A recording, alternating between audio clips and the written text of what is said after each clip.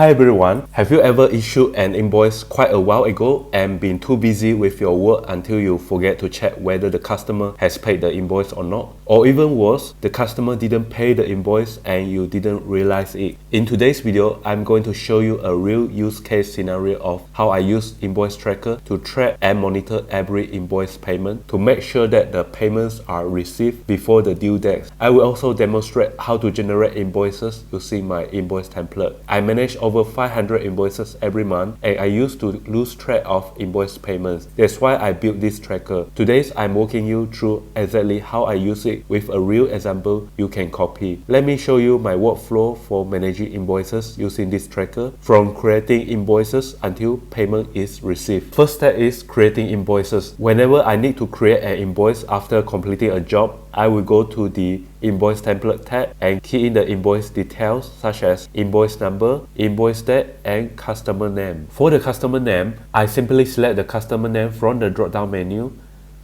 and their details appear automatically because I have already added their details to the customer list tab.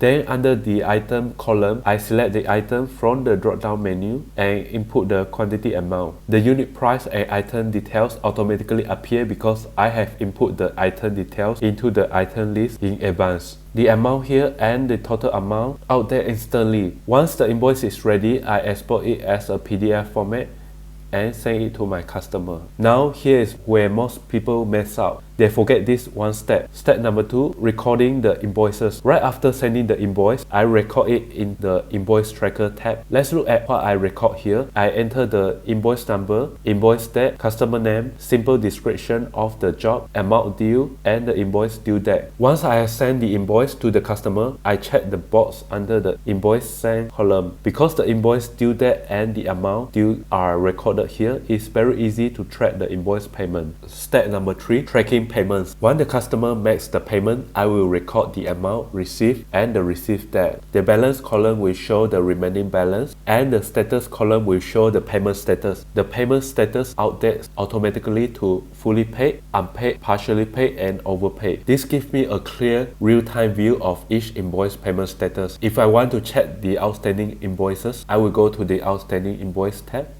Whether partially paid or unpaid, it will automatically appear here. If there are any overdue outstanding invoices, I will instantly follow up with the customer. I also created an annual overview tab that summarizes each month's total invoice created, total invoice sent, unpaid invoice, total amount due, total amount paid, and balance. With the charts and table, I can easily analyze the sales trends and monitor cash flow throughout the year. You can also use monthly overview to review all invoices created in a selected month. Use customer overview to check invoice issued to a specific customer.